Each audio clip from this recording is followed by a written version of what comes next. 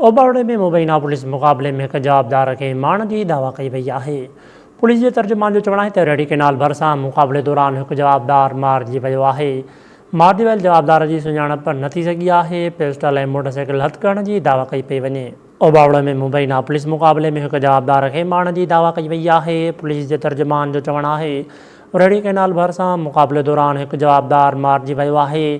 मारिजी वियल जवाबदार जी सुञाणप न थी सघी आहे। पिस्टल ऐं मोटरसाइकिल हथ करण जी दावा कई वई आहे।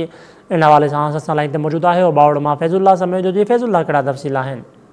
बिल्कुलु, खंबड़ा थाने जी हद में खंबड़ा पुलिस जो रेहड़ी केनाल भरिसां ॾुहारियुनि सां जेका मुबैना मुक़ाबिलो हिकु ॾुहारी खे मारण जी दावा कई वई आहे ऐं संदसि ॿ ॾुहारी जेका साथी आहिनि उहे फरार थी विया आहिनि। जॾहिं त मारिजी वियल ॾुहारी जे कब्ज़े मां हिकु पिस्टल ऐं मोटरसाइकिल बि हथु कई वई आहे। पुलिस पारां अहिड़ी दावा कई आहे। मारिजी वियल ॾुहारी जी जेको सुञाणप आहे उहो हिन महिल ताईं न थी सघी आहे।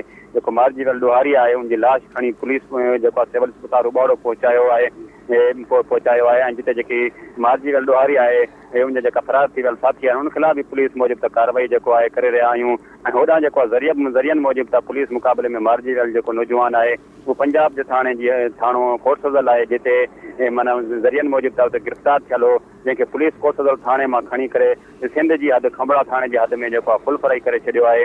ऐं अहिड़ी जेको खंबड़ा पुलिस पारां आहे अहिड़ी मुक़ाबले जी दावा करे लाश पंहिंजी तहवील में वठी उबाड़ो सिविल अस्पताल पहुचायो आहे। लाश हिन महिल ताईं जेको आहे सिविल अस्पताल उबाड़ो पियल आहे। सुञाणप जेको लाश जी हिन महिल ताईं न थी सघी। जी ठीकु आहे, वॾी महिरबानी फैज़ुल्ला समय जो तफ़सील ॾियण लाइ।